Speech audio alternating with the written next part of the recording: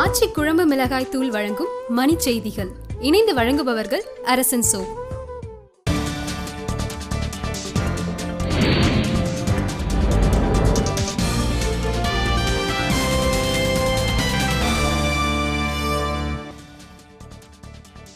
நிலநடுக்கம் குறித்து பிரதமர் நரேந்திர மோடியுடன் உள்துறை அமைச்சர் ராஜ்நாத் சிங் அவசர ஆலோசனை.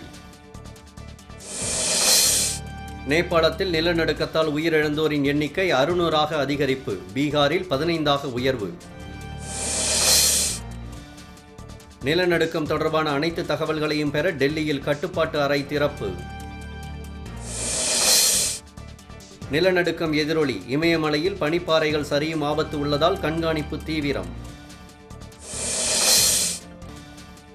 மழை வெள்ளத்தால் பாதிக்கப்பட்ட வட மாநிலங்களில் நடைப்பயணம் செல்ல ராகுல் காந்தி திட்டம். ராமநாதபுரம் அருகே 6 பேரை எரித்து கொன்ற வழக்கில் மறு விசாரணை நடத்த உயர்நீதிமன்ற மதுரை கிளை ஆணை. கருணை அடிப்படையில் பணி நியமனம் செய்யப்பட்டவர்களை நிரந்தரமாக்க கிராம நிர்வாக அலுவலர் சங்கம் கோரிக்கை.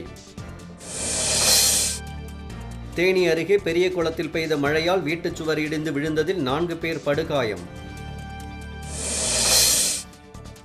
தூத்துக்குடியில் நடைபெற்ற மரம் ஏறும் போட்டியில் 100க்கும் மேற்பட்ட பனை தொழிலாளர்கள் பங்கேற்பு.